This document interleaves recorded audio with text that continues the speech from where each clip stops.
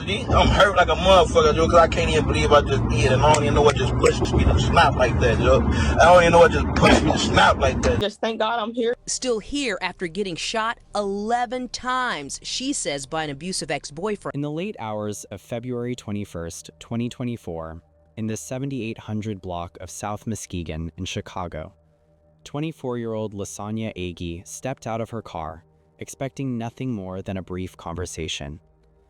Instead, her ex-boyfriend pulled out a gun and opened fire. Like, no. He then said, okay. And he pulled up and he pulled back and started shooting. Lasagna's grandmother, her uncle, also shot and recovering. Bullets tore through her body. Her grandmother and uncle, who witnessed the horror unfolding, were also shot severally in the crossfire. And her 3-year-old son stood frozen, watched his mother collapse to the ground. Her 3-year-old son, who was with her, was not injured. He was trying to help me. He said, come on, mama, come on. It wasn't just an attack. It was an execution attempt. As law enforcement scrambled to respond, he went live on Facebook, crying, ranting, and declaring his love for the woman he had just tried to kill. This is the chilling story of betrayal, survival, and a mother who endured years of escalating abuse only to face the ultimate act of violence. A woman who thought compliance would keep her family safe, but learned too late that leaving nearly cost her everything. This is the heartbreaking case of Lasagna Agee. 24-year-old Lasagna Agee was a resident of Chicago, Illinois, a city known for its vibrant culture, but also its struggles with violence. Lasagna had grown up in circumstances that shaped her resilience, but also left her vulnerable. Her mother had passed away when she was just a child, a loss that left a permanent void in her life. Without a strong support system or extended family to lean on, Lasagna learned early on to rely on herself. She carried the weight of that loss quietly, channeling her energy into building a future for herself. Despite the hardships she faced, Lasagna was determined to create a stable life. She was a hard worker, someone who believed in putting in the effort to achieve her goals. In her early 20s, she secured a job with the United States Postal Service, working as a mail carrier. It was a steady position, one that offered her a sense of stability and the promise of a better future. For over a year, she showed up every day, rain or shine, delivering mail through the neighborhoods of Chicago. Her supervisors noticed her dedication, and after more than a year of service, she was promoted to a full-time regular employee. It was a milestone she had worked hard to reach, and it represented progress, a step toward the independence she so desperately craved. But while Lasagna was focused on building her career and her life, she would soon meet someone who would derail everything she had worked for. In the years leading up to 2017, Lasagna began dating 27-year-old Larry Sisterunk. At first, the relationship seemed fine. Larry appeared attentive, and Lasagna, who had spent so much of her life without the support of a strong family unit, found comfort in the connection they shared. He was the father of her child, and when their son was born in 2017, it felt like the beginning of a new chapter for Lasagna. She envisioned a future where they could build a family together, where her son would grow up with both parents present in his life. But shortly after their son's birth, the dynamic between Lasagna and Larry began to shift. What started as small disputes, minor disagreements that many couples experience, gradually escalated into something far more sinister. The arguments became more frequent, more intense, and more volatile. Larry's temper began to surface, and Lasagna soon found herself walking on eggshells. But no matter how carefully she navigated the relationship, the tension continued to build. Over time, the verbal arguments gave way to physical violence. What began as pushing and shoving escalated into full-blown assaults. Lasagna found herself with black eyes on multiple occasions, injuries she would have to explain away to friends, coworkers, and even to herself. The abuse wasn't just physical, it was emotional and psychological as well. Larry began to isolate her, controlling her movements, monitoring her phone, and threatening her family and friends. He exploited the fact that she had limited family support, using her vulnerability as a weapon to maintain control over her life. For Lasagna, the abuse became a prison. She knew the relationship was toxic, but leaving felt impossible. Larry made it clear that if she tried to walk away, there would be consequences. He threatened her loved ones, making her believe that staying was the only way to keep them safe. The cycle of abuse tightened its grip, and Lasagna found herself trapped, unsure of how to break free without putting those she cared about in danger. But despite the fear, despite the constant threats, Lasagna began to recognize the reality of her situation. She was in an abusive relationship, and if she didn't find a way out, it would only get worse. Soon, the abuse reached an alarming and unbearable level. Larry's violence became so severe that Lasagna genuinely feared he would kill her. The once small disputes had transformed into life-threatening confrontations, and she knew she had to do something before it was too late. Summoning every ounce of inner strength and resilience she had left, Lasagna made a bold decision. She quietly secured her own apartment, determined to create a safe environment for herself and her son. She didn't tell Larry about the move, hoping that the distance would give her the space she needed to rebuild her life. For a brief moment, it felt like she was taking control, like she was finally breaking free of the cycle of violence that had consumed her for years. But Larry eventually discovered her new residence. Enraged by her independent decision to sign the lease without his involvement, he violated the restraining order she had filed against him. He showed up at her apartment, forcing his way inside, and when law enforcement arrived, he resisted arrest. The situation was spiraling out of control, and Lasagna's hope of safety was slipping through her fingers. The following day, Lasagna returned home, hoping that the worst was over, but as she stepped inside her apartment, a chilling sight awaited her. Larry emerged from her utility closet, armed with a gun. He was furious, consumed by anger and resentment. In a violent outburst, he began threatening her and her grandmother, who had come to check in on her. Then he shattered every window in the apartment, leaving glass scattered across the floor. The landlord, terrified that the violence would continue, asked Lasagna to leave. They didn't offer to relocate her to another unit, didn't offer her any alternative. Out of fear that the situation would escalate further, they simply wanted her gone. And just like that, Lasagna found herself without a home, without options, and without anywhere safe to go, except one. Faced with threats and force, Lasagna reluctantly returned to Larry. She convinced herself that going back was the only way to protect her family, the only way to keep them from becoming targets of his rage. But the abuse only intensified. The black eyes became more frequent, and Lasagna found herself filing police report after police report, hoping that law enforcement would intervene. But nothing changed. Larry's relentless intimidation extended not only to her, but also to her family and friends. Overwhelmed by fear for their safety, Lasagna made the painful decision to comply with his demands. She diligently saved her money and managed to purchase a car, a small symbol of independence. But within a month, Larry deliberately crashed it, ramming it into a garage and leaving her without reliable transportation. The toll of the situation began to seep into her professional life. Lasagna started missing work frequently, calling off because her eye was swollen shut from the beatings. Her supervisors at the post office noticed, and eventually she had no choice but to disclose her predicament to her employer. They provided some support, arranging for coworkers to walk her to her car after witnessing Larry circling the job site, watching her every move. Determined to rebuild her life, Lasagna purchased another car. She tried her hardest to keep the details hidden from Larry, but he discovered it after going through her phone and seeing a picture of the vehicle. The discovery sparked yet another violent altercation. A few days later, Larry purposely rammed her brand new car into a pole, shattering all the windows and chasing her with a bat.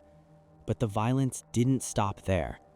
In a calculated move, Larry took their son and concealed himself from the authorities, withholding the child until Lasagna agreed to continue the relationship. Desperate to get her son back, Lasagna filed another police report, but authorities deemed it a custody matter, telling her it required legal intervention. In their eyes, the fact that Larry was the child's father complicated the situation, leaving Lasagna with the daunting task of pursuing court proceedings and filing yet another restraining order. But restraining orders, she was learning, meant nothing to Larry.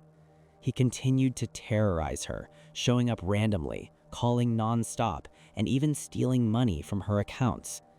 Then, one day, Lasagna was called into the office at work. Her boss informed her that she was being fired. A man had come into the post office and falsely accused her of stealing mail, claiming he had found mail from her route mixed with her son's birth certificate in his trash.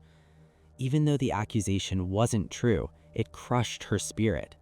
But Lasagna didn't give up. She got her car fixed and kept looking for a new apartment, refusing to let Larry completely destroy her life. But just when it seemed like she might finally catch a break, Larry set a trap. Lasagna stumbled across an ad for an apartment in her price range and decided to check it out. When she arrived at the address, she was shocked to discover that Larry had created the fake ad. He had lured her there knowing she was trying to escape. Fearing for the safety of the loved ones she was hiding with, Lasagna went back with him. She also wanted to see her son, who she had been separated from for too long. But as soon as she got the opportunity, she left again, this time taking her son with her. The harassment didn't stop there. Larry continued to stalk her, popping up unexpectedly, fighting her wherever he saw her, and draining her bank accounts. On Valentine's Day, as Lasagna was driving down the street, she heard something in her back seat. When she turned around, her blood ran cold. It was Larry. He had hidden in her trunk and waited until she got into the car to reveal himself.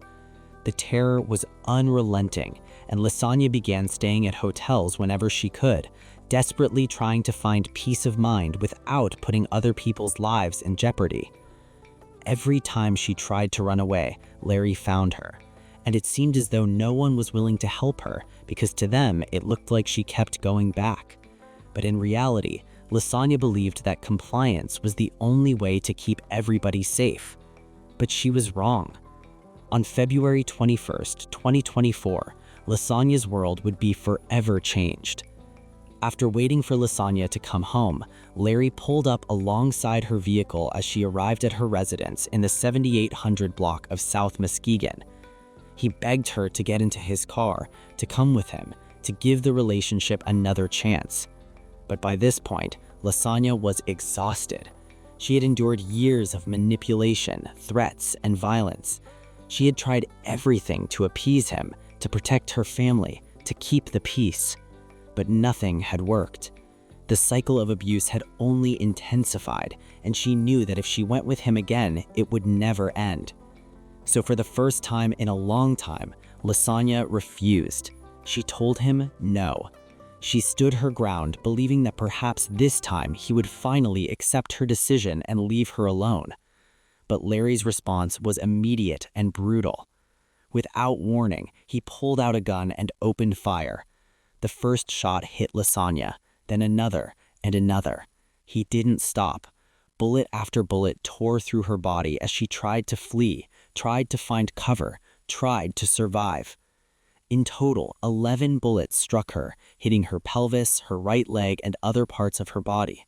She collapsed to the ground, bleeding and in excruciating pain, unable to move. But Larry wasn't finished. Lasagna's uncle and grandmother, who had witnessed the shooting unfold, rushed towards her, desperate to help.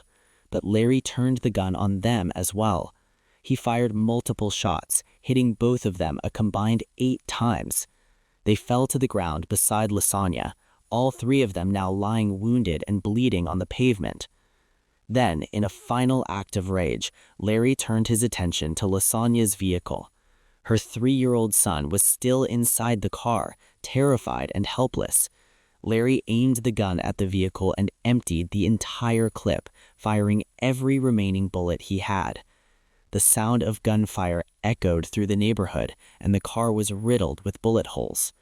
Miraculously, The child was not struck by any of the bullets, but the trauma of what he had just witnessed would stay with him forever. As Lasagna lay on the ground, fighting to stay conscious, her young son tried to help her. Through the pain and the chaos, she could hear his small voice calling out to her, telling her to get up, urging her to stay with him. He was only 3 years old, but in that moment, he was trying to save his mother's life. Larry fled the scene, leaving Lasagna, her grandmother, and her uncle bleeding and critically injured. But he didn't go into hiding quietly. Instead, he went live on Facebook, broadcasting his emotional state to the world in a series of rants that would later be used as evidence against him. In the Facebook Live video, Larry appeared visibly distraught, crying and speaking directly to the camera. He professed his love for Lasagna, claiming that he loved her deeply and that everything he had done was out of love. He rambled about his son, about how he had always provided for his child, and about how he felt betrayed and abandoned. He spoke about his own impending fate, seemingly aware that law enforcement would be soon coming for him. He told his followers that when the police arrived, they would have to come ready to kill him because he had no intention of being taken alive peacefully. The video was chilling. Meanwhile, emergency services rushed to the scene on South Muskegon. Lasagna, along with her grandmother and uncle, were all immediately transported to the University of Chicago Medical Center in critical condition. The medical team worked frantically to stabilize them, assessing the extent of their injuries and doing everything they could to save their lives. Lasagna had been shot 11 times, with bullets lodged in her pelvis and leg. The damage to her liver was severe and the pain was unbearable. Her grandmother and uncle, who had each been shot multiple times, were also in critical condition, fighting for their lives. Miraculously, everyone survived. Against all odds, Lasagna, her grandmother, and her uncle pulled through the initial trauma and began the long, painful road to recovery. But while their bodies were beginning to heal, Lasagna was overwhelmed with fear. Larry was still out there, still roaming the streets of Chicago, still armed and dangerous. There had been no arrest, no community alert, no immediate action taken to apprehend him. She felt abandoned by the system, terrified that Larry would find her again and finish what he had started. The trauma of the attack weighed heavily on her, but Lasagna also knew that she couldn't stay silent. She had survived, and she had a story that needed to be told. She reached out to local media, determined to raise awareness about domestic violence and to warn other women who might be trapped in similar situations. She wanted people to understand that leaving an abusive relationship isn't as simple as walking away. She wanted them to know that abusers don't just let go, that they escalate, that they become more dangerous when they feel they're losing control. In an interview with NBC5, Lasagna spoke publicly about her ordeal. She didn't want to show her face as she recovered in the hospital, but she wanted her voice to be heard. She described the shooting in detail, recounting how Larry had pulled up beside her, how he had tried to convince her to get into his car, and how he had opened fire when she refused. She explained that she believed he was trying to kill everyone and leave no witnesses, that the attack on her grandmother and uncle had been deliberate, meant to eliminate anyone who could testify against him. Lasagna also shared the message she wanted other victims of domestic violence to hear.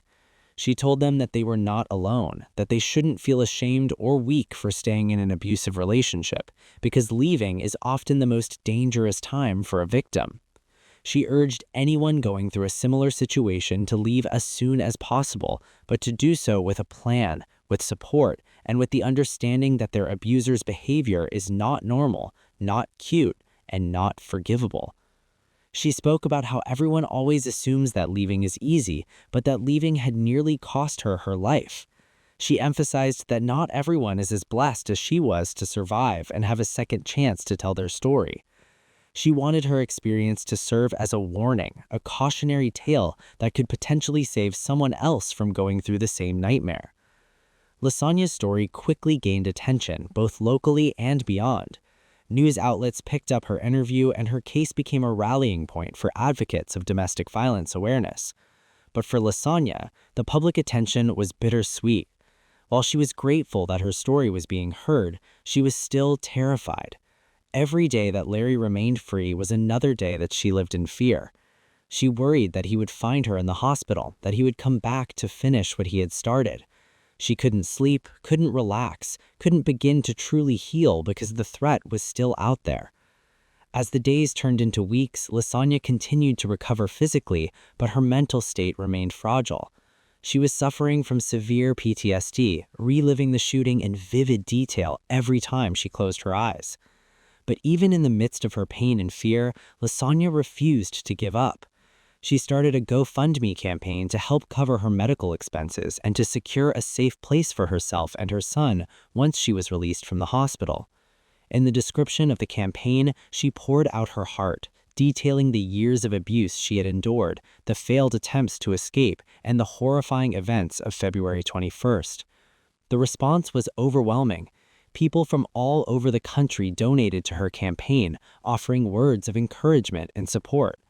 Many shared their own stories of surviving domestic violence, expressing gratitude that Lasagna had the courage to speak out. Her story resonated with countless individuals who had felt trapped, isolated, and afraid, and her survival gave them hope. And as Lasagna lay in that hospital bed trying to heal from wounds that would never fully close, she couldn't help but wonder what would happen next. Would Larry be caught before he could hurt anyone else? Would she ever feel safe again? Would her son ever recover from the trauma of watching her mother almost die? The questions swirled in her mind, unanswered and unanswerable. But one thing was certain, Lasagna AG was a survivor, and she was determined to use her voice to make sure that other women didn't have to suffer the way that she had.